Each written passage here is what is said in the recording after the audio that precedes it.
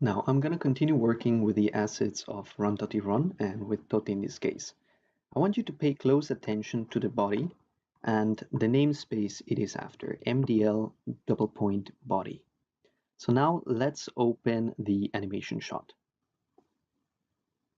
Now something very important when stylizing things that have not been prepared for it is to enable wireframe unshaded so that you actually see what's in the scene.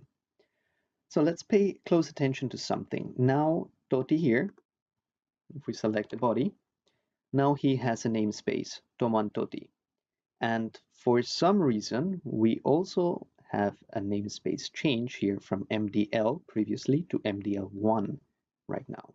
So we need to take this into account. So let's go here. We don't need proxies, but we need to change the namespaces upon importing. This we need to do because we exported the stylization from a different scene that didn't have any namespace.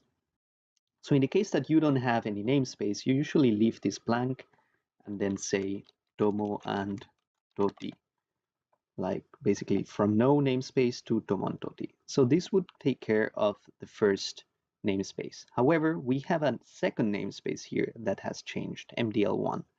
So we need to take that into account. So we know for empty namespaces, we leave it empty. So, and to basically separate namespaces in these fields, you need the colon here. So if we put the colon at the beginning, this means that before the colon, here's an empty space. So if no namespace is there, it's going to go to Tomo and Toti. And in the file that we're importing, MDL turns to MDL1.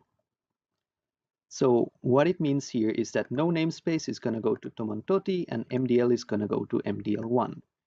If more namespaces change, feel free. It's always the first one to the first one, the second to the second one, and that, so that the tool will change that accordingly.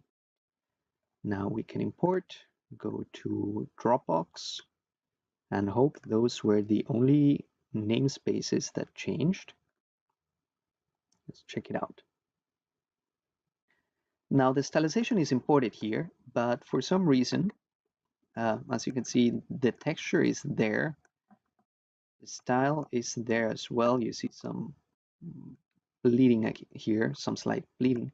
But for some reason, the light in this scene is extremely bright. I don't know who set this up, but if we enable lighting, for example, then you can see that everything's there. We just need to set up the scene in order to support the new stylization.